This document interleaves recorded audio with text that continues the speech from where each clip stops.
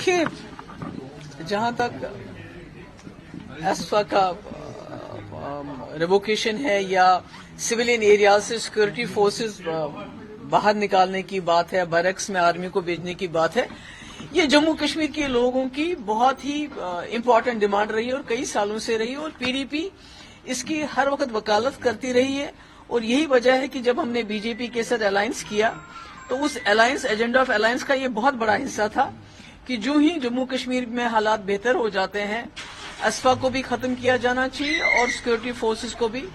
Civilian areas से बाहर निकालना चाहिए। तो आज जब होम मिनिस्टर साहब इसकी बात करते हैं तो हम ये कहेंगे देर आए दुरुस्त आए, क्योंकि जब भी महबूबा मुफ्ती या पीडीपी इसकी वकालत करते थे, इसकी बात करते थे, तो मुझे कहा जाता था ये एंटी नेशनल है, ये आर्मी के खिलाफ है,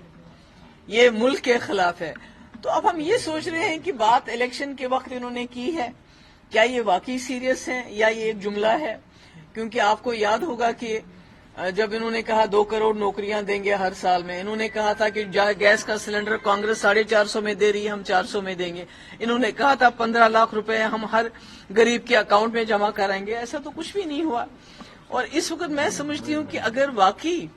अमित शाह साहब सीरियस हैं, ये करना चाहते हैं, क्योंकि हमने कई एरियाज ने, मुफ्ती साहब ने अपने एरिया में, जैसे अनंतनाग का हाई ग्राउंड है, टट्टू ग्राउंड है, हमने कोशिश की थी कि जहां आर्मी की जरूरत नहीं है वहां से उनको निकाल के बैरक्स में वापस भेजा जाए। अगर वो वाकई अमित शाह साहब सीरियस हैं तो आप जानते हैं 2019 के बाद हमारे हजारों के तादाद में हमारे लोग न सिर्फ जम्मू कश्मीर के जेलों में बल्कि जम्मू कश्मीर के बाहर के जेलों में बहुत ही अजाब में हैं। उनके खिलाफ कोई चार्जेस फाइल नहीं किए गए हैं, उनका जो अदालती कार्रवाई शुरू नहीं हो रही है, बहुत सारे लोग उसमें बीमार हैं, गरीबों के बच्चे हैं ये। तो अगर वो चाहते हैं कि जम्मू कश्मीर के लोगों को जो उन्होंने जख्म दिए